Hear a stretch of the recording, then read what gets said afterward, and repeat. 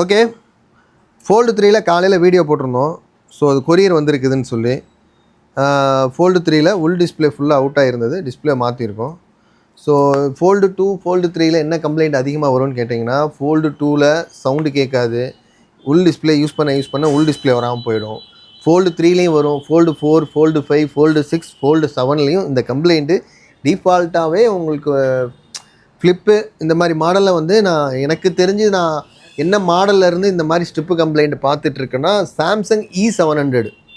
Samsung E700 எத்தனை பேர்த்துக்கு தெரியும்னு எனக்கு தெரியல. அதில் பார்த்தீங்கன்னாலும் இதே மாதிரி தான் க்ளோஸ் பண்ணால் 2002 2003ல் அந்த மாடலுக்கு ஸ்ட்ரிப்பு கம்ப்ளைண்ட் அப்போயே நாங்கள் மாற்றிருக்கோம்.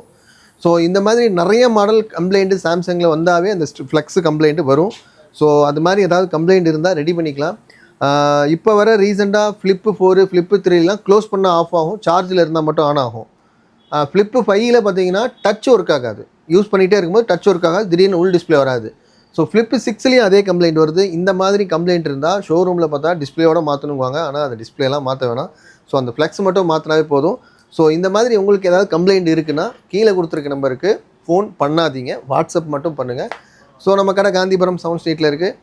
மேலும் விவரங்களுக்கு கீழே கொடுத்துருக்க நம்பருக்கு வாட்ஸ்அப் பண்ணுங்கள். இந்த வீடியோ பிடிச்சிருந்தால் லைக் பண்ணுங்கள். எந்த மாதிரி வீடியோ வேணும், ஸோ மொபைல் ஃபீல்டில் மொபைல் சர்வீஸில் நீங்கள் இருக்கீங்கன்னா எவ்வளோ வருஷம் இருக்கீங்கன்னு சொல்லி கமெண்ட் பண்ணுங்கள். இந்த வீடியோ பிடிச்சிருந்தால் லைக் பண்ணுங்கள். தேங்க்ஸ் ஃபார் வாட்சிங்.